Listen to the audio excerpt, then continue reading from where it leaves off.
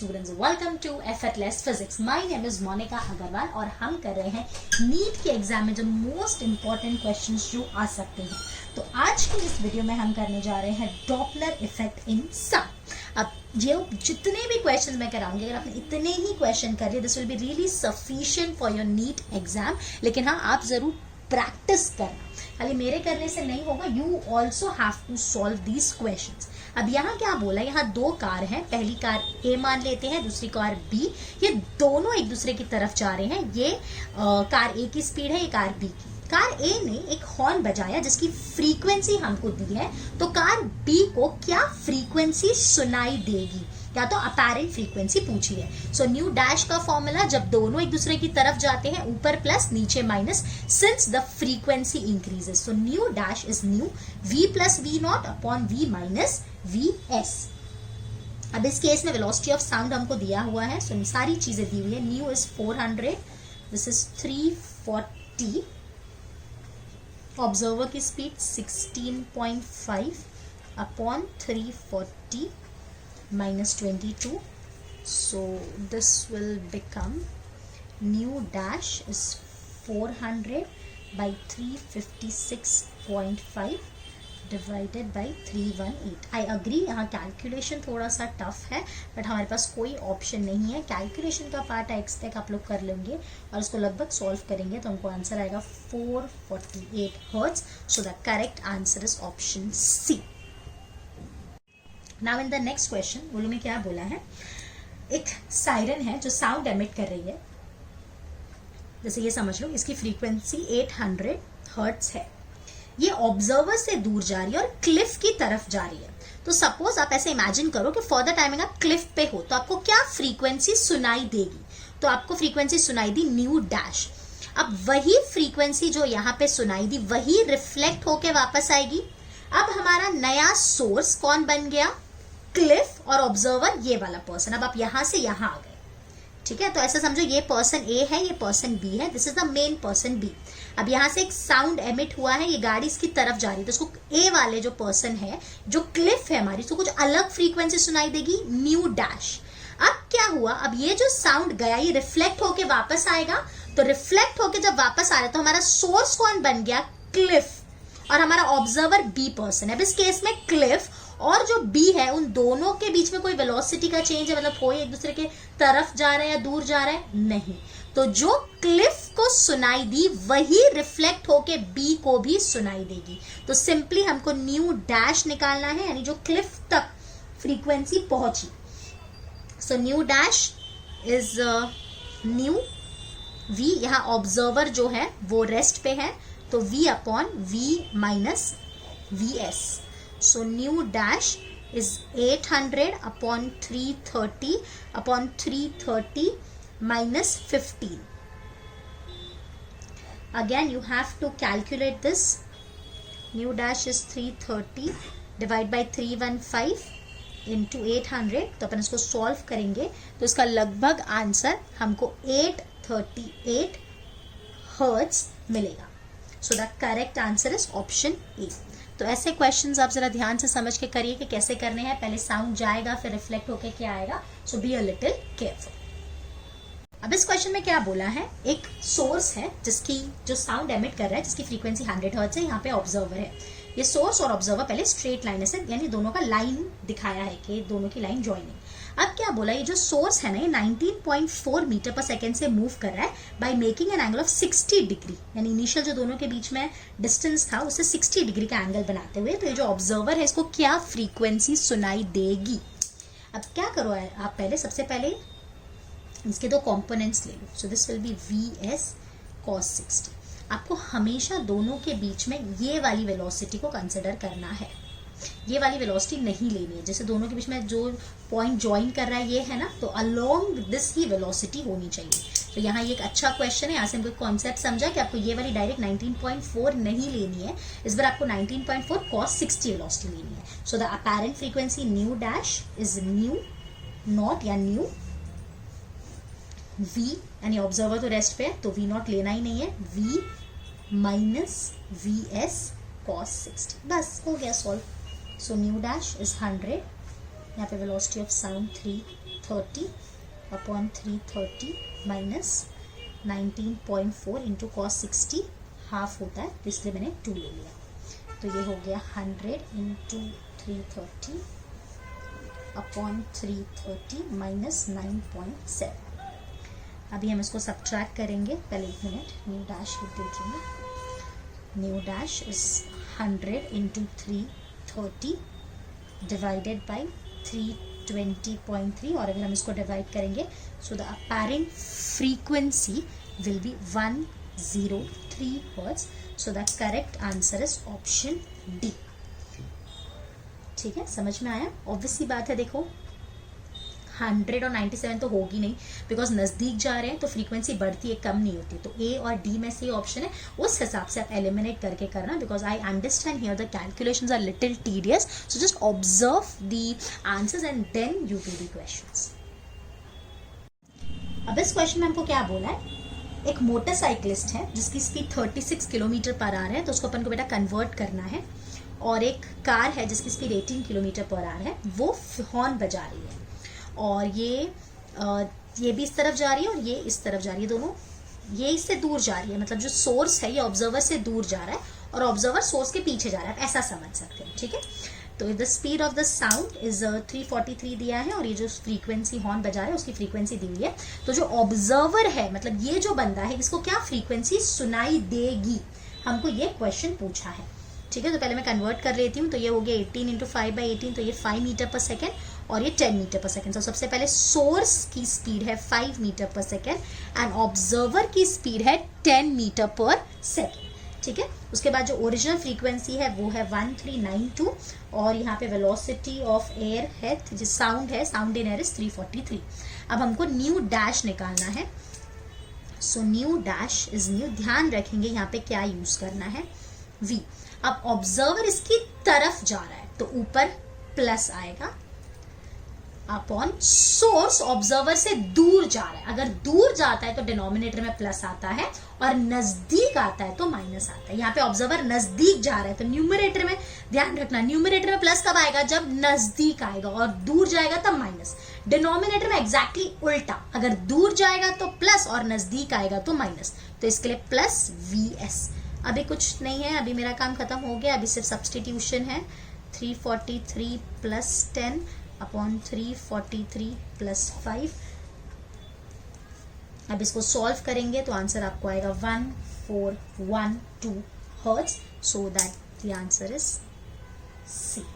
अब इसमें ऑब्वियस सी बात है, आप देख सकते हो ए और बी तो हो नहीं सकता, ठीक है, बिकॉज वो कम बता रहा है। और देखा जाए तो ये देखो, ये इससे दूर जा रहा है लेकिन इसकी स्पीड कम है, और ये इससे नजदीक जा रहा है, तो बेसिकली दोनों के बीच जो रिलेटिव डिस्टेंस है वो कम होते जा रहा है। तो ऑब्वियसली फ्रीक्वेंसी बढ़नी चाहिए, कम नहीं हो सकती। तो ए और बी तो पहले ही ऑप्शन से निकल गए। अब सी और डी में से जो क्लोजेस्ट आंसर आप जब कैलकुलेट करेंगे तो उसको मार्क करके आएंगे, तो यहाँ पे आप देखेंगे 1412 आएगा। इस तरह से करना है कि डिस्टेंस कम हो रहा है कि बढ़ रहा है। यहाँ सोर्स की स्पीड 5 है और ऑब्जर्वर की स्पीड 10 है, तो ऑब्वियसली ऑब्जर्वर उसकी तरफ जा रहे हैं, कंक्लूड यही करेंगे ना। अगर हम सोर्स पे बैठ गए तो हमको ऐसे लगेगा कि ऑब्जर्वर हमारी तरफ आ रहा है। ओके, अब इस क्वेश्चन में हमको क्या बोला है, दो सोर्स है P और Q, दोनों से फ्रीक्वेंसी जो निकल रही है वो 660 हर्ट्ज है। एक लिसनर है जो P से Q की तरफ जा रहा है, मतलब वो P से तो दूर जा रहा है और Q के नजदीक जा रहा है। किस स्पीड से जा रहा है, लिसनर मतलब ऑब्जर्वर, कुछ भी बोल दो। तो ऑब्जर्वर P से दूर जा रहा है eight a speed 1 and A Q के नजदीक जा रहा है एट अ स्पीड 1। साउंड की स्पीड 330 है, हमको नंबर ऑफ बीट्स पता करने हैं। तो पहले हमने निकाला nu dash. What is nu dash? It is the apparent frequency due to Q, मतलब उसके नजदीक जा रहा है तो ऑब्वियसली अपैरेंट फ्रीक्वेंसी बढ़ जाएगी, और P से दूर जा रहा है तो अपैरेंट फ्रीक्वेंसी कम हो जाएगी। So this is nu dash due to Q and this is due to P। तो इसके नजदीक जा रहा है तो मैंने फॉर्मूला लिखा nu V plus V not by V since source is at rest, and यहाँ हो जाएगा nu V minus V not by V।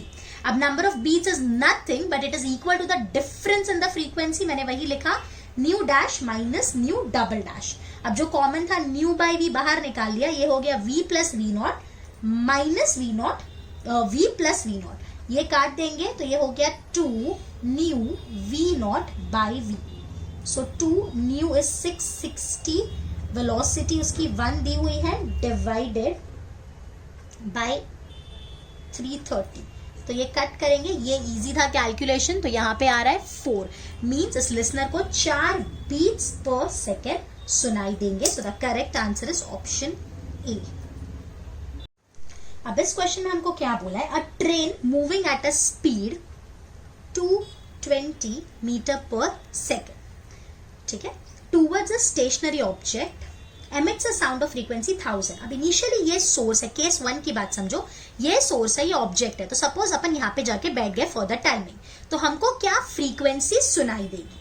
उसके बाद केस 2 में क्या हो जाता है, ये रिफ्लेक्ट करेगा, मीन्स ये अब सोर्स बन गया, और अब ये जो ट्रेन है हम इसमें जाके बैठ गए, तो ये हमारा ऑब्जर्वर बन गया।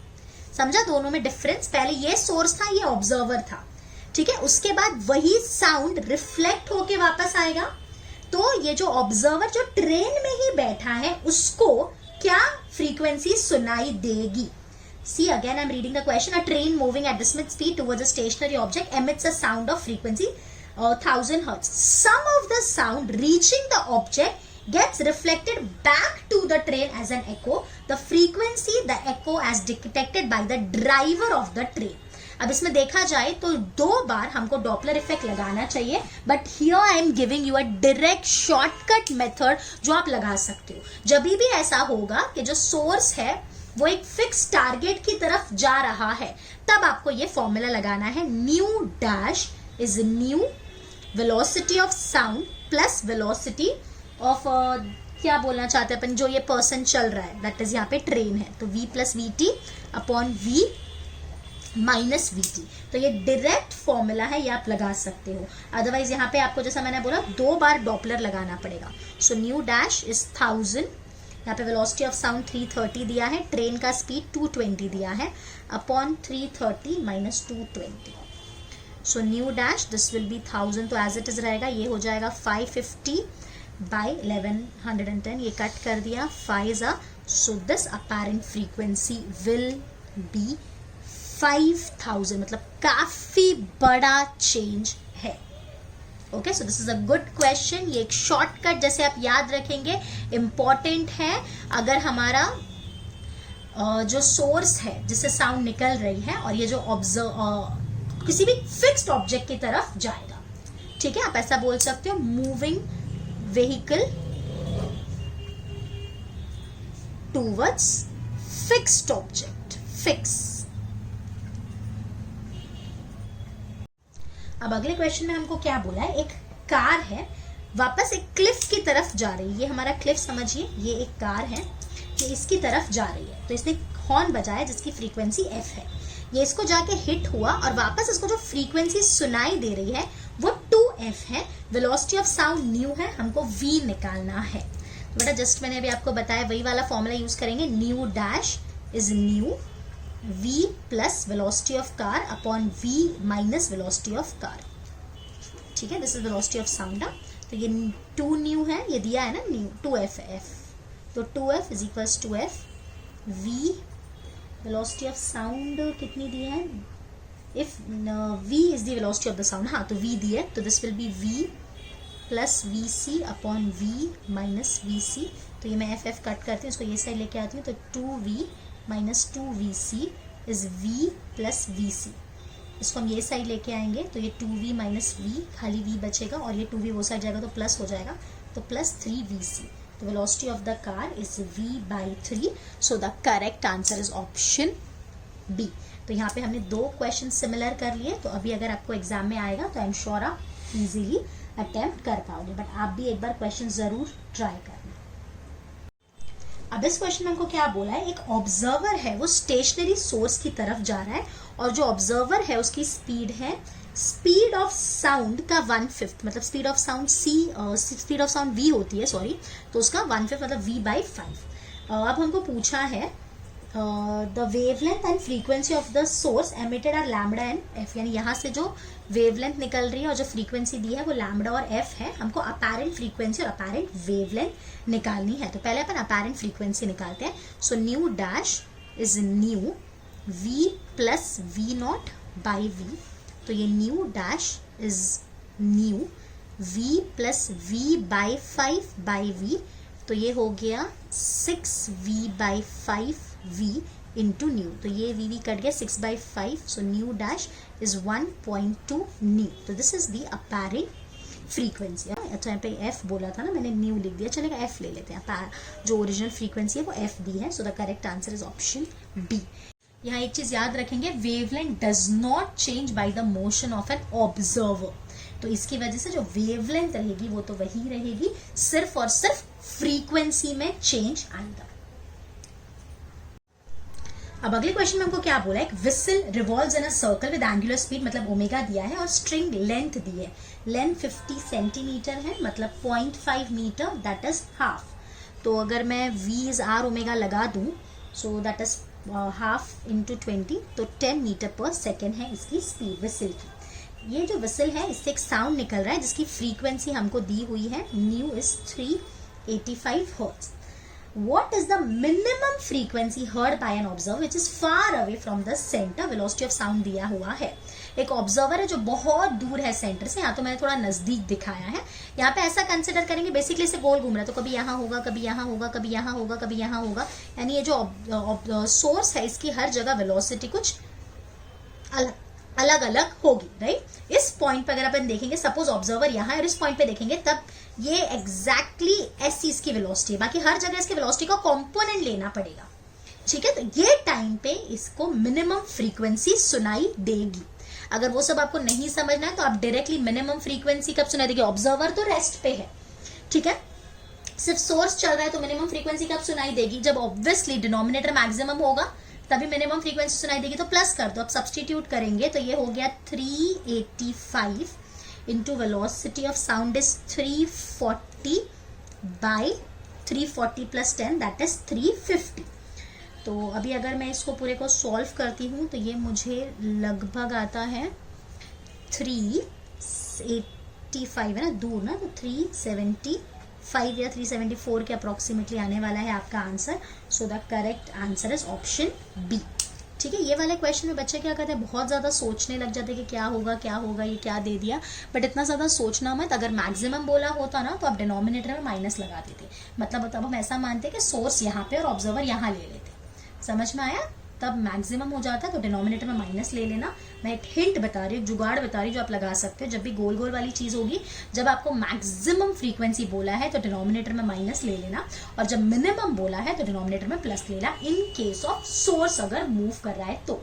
यही अगर ऑब्जर्वर होगा तो ऑब्वियसली पता है, जब मैक्सिमम बोला तो ऊपर प्लस ले लेंगे और जब मिनिमम बोला तो माइनस ले लेंगे। अब ये काफी सिमिलर क्वेश्चन है, दो स्टेशनरी सोर्स है, जैसा अभी हमने किया था P और Q।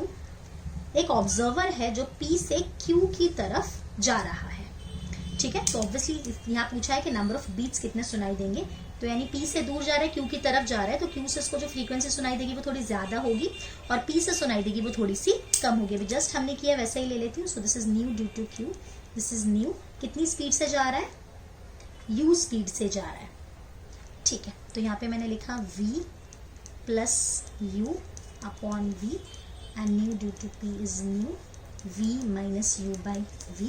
सब्ट्रैक्ट कर रही हूँ मैं, कितने बीट सुनाई देंगे, तो न्यू बाई V कॉमन आ गया, ये हो गया V plus U minus V plus U, तो ये V कट हो गया, तो VQ minus VB is new by V and this is 2U। Velocity upon frequency wavelength होता है, तो ये हो गया 2U by lambda. So the correct answer is option E। ये काफी सिमिलर क्वेश्चन था, बट हल्का सा यहाँ पे आपको खाली लैम्डा यूज करना, इतना ही हल्का हल्का चेंज आप क्वेश्चन में एग्जाम में देख सकते हो, तो अटकना मत, एग्जैक्ट सेम क्वेश्चन नहीं आते, but yes 80 to 90% question same होता है। जैसे आप ये देख सकते हो कितना सिमिलर था, वहाँ पे सब्सटीट्यूट करके आपको वैल्यू निकालनी थी, यहाँ पे खाली मैंने V बाई न्यू की जगह लैम्डा डाल दिया। Now next question, a vehicle with a horn of frequency n, यानी इसकी ओरिजिनल एक व्हीकल है जिसकी फ्रीक्वेंसी n है, वो 30 मीटर पर सेकेंड से चल रही है, लेकिन उसका जो डायरेक्शन है that is perpendicular to the straight line joining the source and the observer. तो ऑब्जर्वर और सोर्स को ये लाइन ज्वाइन करते हैं, वो स्ट्रेट जा रही है। अब इस वेलोसिटी का इस डायरेक्शन में कोई कंपोनेंट है नहीं है, तो हम ऐसा बोलेंगे हमेशा अलोंग द लाइन होना चाहिए। तो इस डायरेक्शन में दोनों के बीच में कोई रिलेटिव मोशन ही नहीं है, तो जो इसकी ओरिजिनल फ्रीक्वेंसी है वही फ्रीक्वेंसी इसको सुनाई देगी। This is a important thing, ये एक थियोरी है जिसको क्वेश्चन बना दिया है। अभी अगर ऐसा होता कि जैसे पहले हमने किया था कि वो कार ऐसे जा रही है तो हम कंपोनेंट लेते थे, अब इस बार 30 मीटर पर सेकेंड का इस डायरेक्शन में, in the direction which is joining the two, कोई कंपोनेंट है ही नहीं, तो जो इसकी फ्रीक्वेंसी है वही इसको सुनाई देगी। तो जो n1 है उसकी वैल्यू 0 है, so the correct answer is option B. अब इस क्वेश्चन में हमको क्या बोला है, दो ट्रेन है, दोनों एक दूसरे की तरफ जा रही है सेम स्पीड से। यहाँ पे साउंड की स्पीड 340 दी है। अगर हम किसी भी एक पे बैठ जाए तो हमको ऐसा जो अपैरेंट फ्रीक्वेंसी सुनाई देती है, that is 9/8 times of the original frequency. ठीक है, तो यहाँ पे हमको स्पीड ऑफ ट्रेन पूछा है। So basically new dash is 9/8 new, so nu dash is new sound, velocity of sound plus, यानी दोनों नजदीक जा रहे हैं तो ऊपर प्लस आएगा और नीचे माइनस आएगा। सोर्स और ऑब्जर्वर दोनों नजदीक जा रहे हैं ना, तो मतलब न्यू डैश अपनी अपैरेंट फ्रीक्वेंसी ज्यादा होना चाहिए, तो न्यूमरेटर बड़ा होना चाहिए और डिनोमिनेटर छोटा होना चाहिए। सो 9/8 न्यू इज न्यू, v कितना दिया है 340 plus u upon 340 minus u, ये न्यू कट गया, हम क्रॉस मल्टीप्लाई करेंगे, 340 into 9 minus 9u is 340 into 8 plus 8u। अब इसको हम ये साइड लेके आएंगे तो ये 340 बच गया, ये 9u वो साइड जाएगा तो प्लस हो जाएगा, सो प्लस 17u, सो 340/17, तो u की वैल्यू हमको आ रही है 20 मीटर पर second. So the correct answer is option A. So here we have done with Doppler effect. तो यहाँ पे हमारा वेव मोशन पूरी तरह से खत्म होता है। मैंने लगभग आपको 50 क्वेश्चंस जितने कराए हैं, अगर आप इतने क्वेश्चंस करोगे तो एग्जाम में इससे रिलेटेड क्वेश्चन आप इजीली देख सकोगे, बहुत इजीली क्वेश्चन अटेम्प्ट कर पाओगे। और बाकी जो भी टफ चैप्टर आपको लगते हैं तो जरूर मुझे कमेंट में बताइए, ताकि मैं जल्दी से जल्दी आपकी एग्जाम से पहले वीडियो बना सकूं और आप वो वीडियो देख सकूं। Okay, thank you.